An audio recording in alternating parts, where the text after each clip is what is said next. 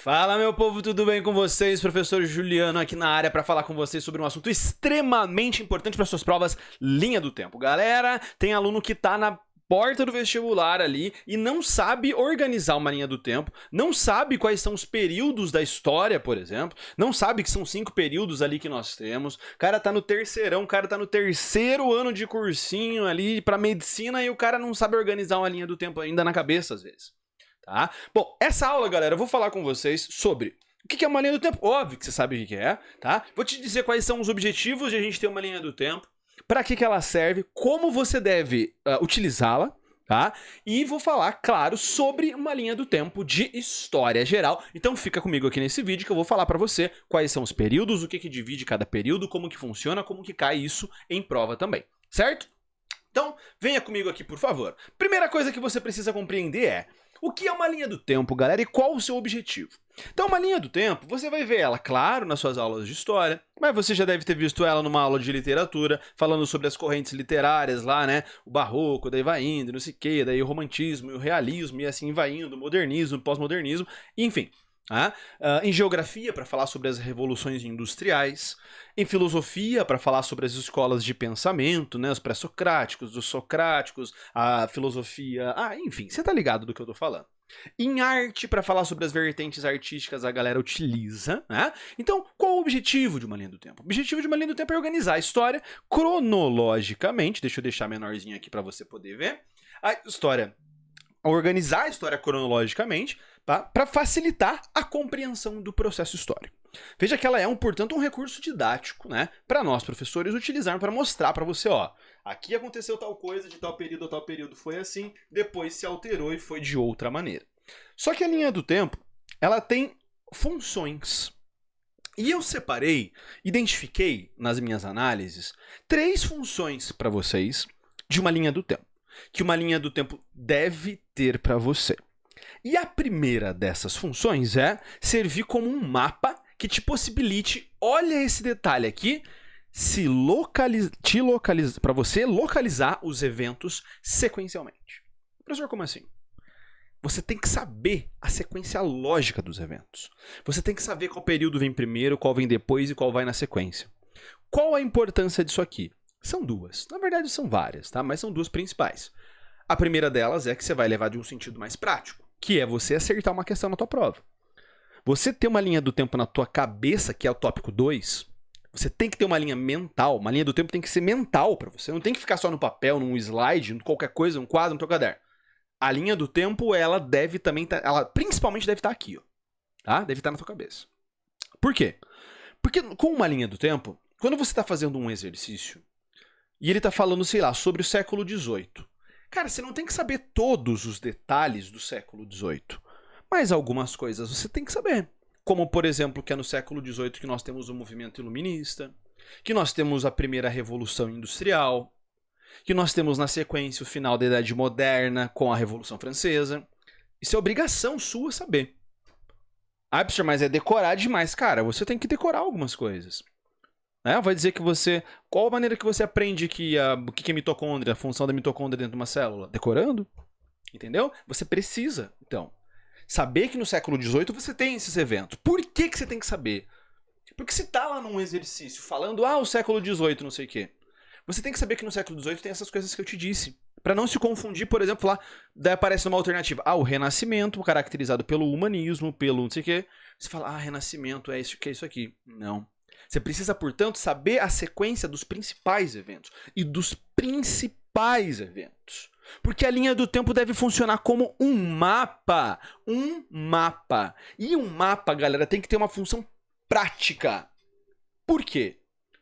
Um mapa, ele tem que ter, por exemplo, você vai viajar para um lugar, sei lá, e tem metrô, daí às vezes tem algumas cidades antes, né? Hoje em dia você tem o celular, que você tinha lá um mapa do metrô de Londres. Como é que eu faço para ir de tal estação para tal estação?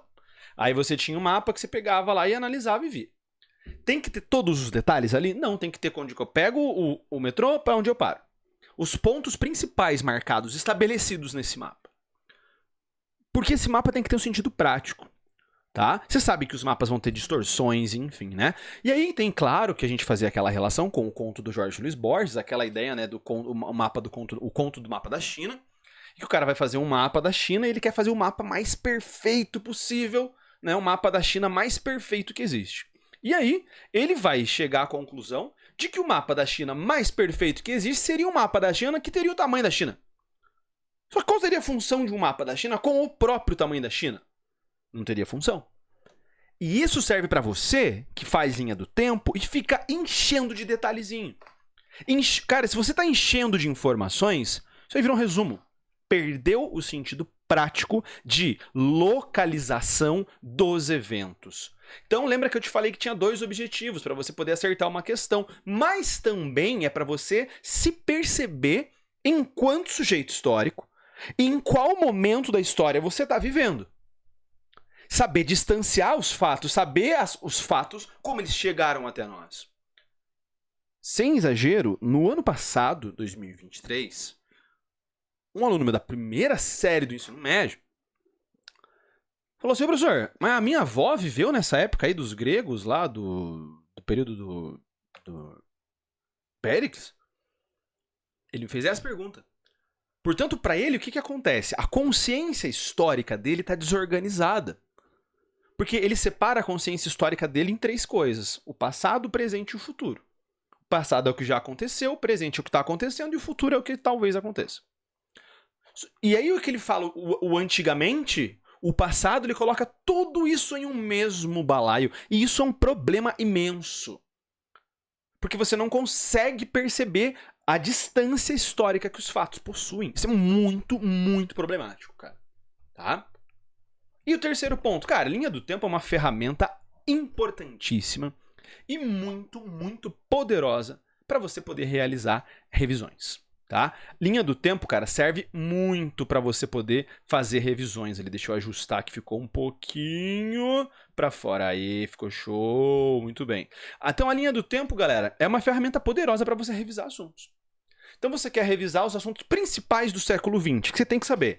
Então vamos lá, vamos começar com o imperialismo, aí Primeira Guerra Mundial, aí Revolução Russa, aí Entre Guerras, aí Segunda Guerra Mundial e Guerra Fria. Opa, coloquei isso aqui na minha cabeça, consegui localizar esses eventos. Você tem que ir puxando isso na sua cabeça. Isso é uma ferramenta de memorização.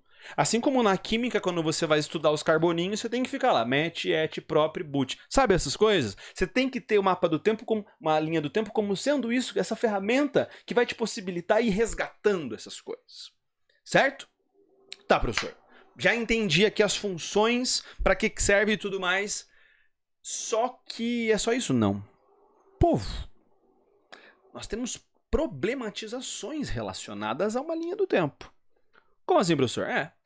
A primeira delas é a ideia. A linha do tempo, ela te dá uma falsa noção de progresso. Você acha que as coisas hoje são sempre melhores do que elas foram antes. Mas nem tudo é assim. Senão parece que a gente está indo em direção a um paraíso, em direção à perfeição, em direção ao progresso, que é uma visão do século XIX. Né? Quando a história, inclusive, surge enquanto uma disciplina. Então você tem uma falsa ideia de progresso. Porque nem tudo hoje é melhor do que já foi. Pega as questões ambientais, por exemplo. Né? Então essa falsa ideia de progresso, você acha que hoje é melhor do que antes e que a gente está produzindo coisas que estamos levando o mundo sempre ao melhor. E não necessariamente é assim que funciona. Segundo probleminha extremamente importante, eurocentrismo. Nós temos uma visão eurocêntrica da história. O que é isso? O que é isso, povo? É a gente ter a história delimitando os seus períodos ali apenas, tá? Por eventos, basicamente, eventos que são basicamente centrados na Europa. Então você tem lá, o que marca a divisão dos períodos? Você tem lá a queda de Roma, você tem a tomada de Constantinopla, você tem o fim da Guerra dos 100 Anos, a Revolução Francesa. Marcos temporais estabelecidos que consideram, basicamente, os marcos temporais da história da Europa. É uma visão eurocêntrica, a Europa no centro. Os fatos, os períodos, ou melhor dizendo, os eventos históricos que ocorreram na Europa considerados os mais importantes. E por isso são os marcos temporais escolhidos. Só que você percebeu uma coisa que eu falei para você? Esses marcos temporais, eles são escolhidos. O que significa, portanto, isso que está aqui em cima. A linha do tempo, ela é uma construção. Ela não é natural. Ué, como assim, professor? Tô querendo te dizer que para que você saiba que um período acabou e outro começou, os historiadores tiveram que estabelecer um consenso para falar, ó, aqui acabou um período e começou outro. Beleza? Beleza. Só que isso não é assim no mundo inteiro. Isso acontece, ou o que eu tô querendo te dizer? Os historiadores de determinados países fazem acordos para determinar quando que começou um período e quando que acabou outro. Ué, professor, mas se eu chegar na Europa lá e falar idade moderna, idade contemporânea, os caras não vão saber qual que é a periodização? Não necessariamente. Porque essa é uma utilização que nós temos aqui no Brasil, em alguns países da Europa, mas não em todos os lugares do mundo. Percebeu? Ela é, portanto, uma construção, não é natural. E a produção do conhecimento histórico, ela não é uma produção feita de forma natural. Ela sempre tem, portanto, objetivos, nesse caso, objetivos políticos e culturais. Você estabelece a Europa como o centro, como o mais importante e o mais evoluído. Porque essa visão de história surge no século XIX, naquele contexto de imperialismo e de romantismo, da construção das grandes nações, dos grandes heróis, tá? E, portanto, com toda certeza, extremamente problemática. Tá? Tá, professor, então eu não devo utilizar uma linha do tempo? Claro que devo usar, cara. O que eu tô querendo te dizer é, tome cuidado com isso aqui. Tome cuidado para você não achar que tá sempre melhorando. Para você saber, claro, essas duas coisas aqui, elas estão interrelacionadas, né? Que a história não é natural. A linha do tempo também não é natural. Existe um historiador francês chamado Jacques Le Goff, por exemplo, que para ele a Idade Média vai até o século XVIII. Tá? Em que ele vai discutir essa questão. É só uma outra ideia. Né? Alguns historiadores, para eles, a Idade Média tem uma duração maior, para outros tem uma duração menor, para outros a Antiguidade existe uma divisão da Antiguidade em outras partes. A Idade Média é dividida em 6 etapas. Tá? Só para você saber que isso é uma construção. Dito isto, vamos então realizar uma questãozinha rápida que caiu em uma prova de São Paulo, que eu não vou me lembrar exatamente em qual universidade. Eu acredito que Unicamp. Tá? Ou vestibular da USP, né? FUVEST. É uma tarefa difícil realizar um... Primeiro, né? Pausa aqui, leia comigo, depois você vai ler as alternativas e vai responder. É uma tarefa difícil realizar um diagnóstico do tempo presente. Definir o presente como época. Os marcos canônicos, geralmente de natureza política, variam, sabidamente, ao gosto das experiências nacionais. O que ele está querendo te dizer aqui? Que os marcos históricos eles são estabelecidos de acordo com uma natureza política, de acordo com cada experiência de cada nação. Na França, na Península Ibérica e no Brasil, o marco que define o início da história contemporânea é a Revolução Francesa. Então, para nós aqui, o que marca o início da Idade Contemporânea? A Revolução Francesa. Está aqui. Continua comigo a leitura. Já na Alemanha e na Inglaterra, o historiador que se dedica à história contemporânea trabalha preferencialmente com eventos posteriores à Segunda Guerra Mundial. Olha só. Entendeu o que eu te disse? Não é natural, é nacional, é cada país determinando, ou cada conjunto de países determinando os seus marcos. Contemporânea na Rússia é a história posterior a 1918, né? Depois que a Revolução Russa aconteceu. Na Itália, por sua vez, trata-se do período que advém após o Congresso de Viena, 1814-1815. A partir da leitura do texto, é correto afirmar que... Letra A. O recorte temporal da história contemporânea é natural e consensual entre as civilizações ocidentais. Ele é consensual... Povo, opa, mexi aqui onde não devia, né? Ele é consensual, galera. Todas as nações, todas as civilizações estabelecem da mesma forma? Não, não é natural, é construído. Experiências traumáticas, marcadas, por exemplo, pelas duas grandes guerras, definem nossa experiência de tempo presente e delimitam o início da história contemporânea. Em todos os lugares, da mesma maneira, toma cuidado. Essa aqui uma galera marcou. As balizas cronológicas da história, que definem as periodizações usadas pelas grandes narrativas históricas e livros escolares, são de natureza política. O que a gente sublinhou aqui? Ó? Experiências nacionais de cunho político. Variando de acordo com as experiências nacionais. Perfeito, perfeito. Essa alternativa está corretíssima. A alternativa C, que você deveria, portanto, ter marcado.